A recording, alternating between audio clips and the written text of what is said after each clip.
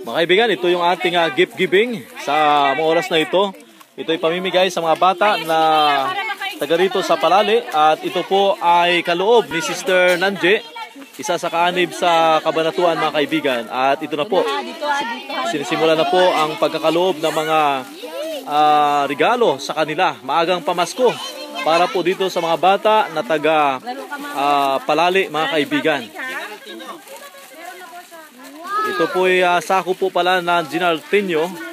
At tayo po ay nagagalak na masilayan po ang mga batang ito na sila ay tatanggap ng maagang pamasko, no? Sa mga oras na ito, maagang pamasko. Ito ay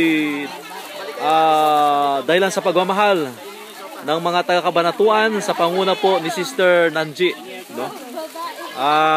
Tayo rin ay umaasa mamaya na tayo rin ay makatanggap ng isa.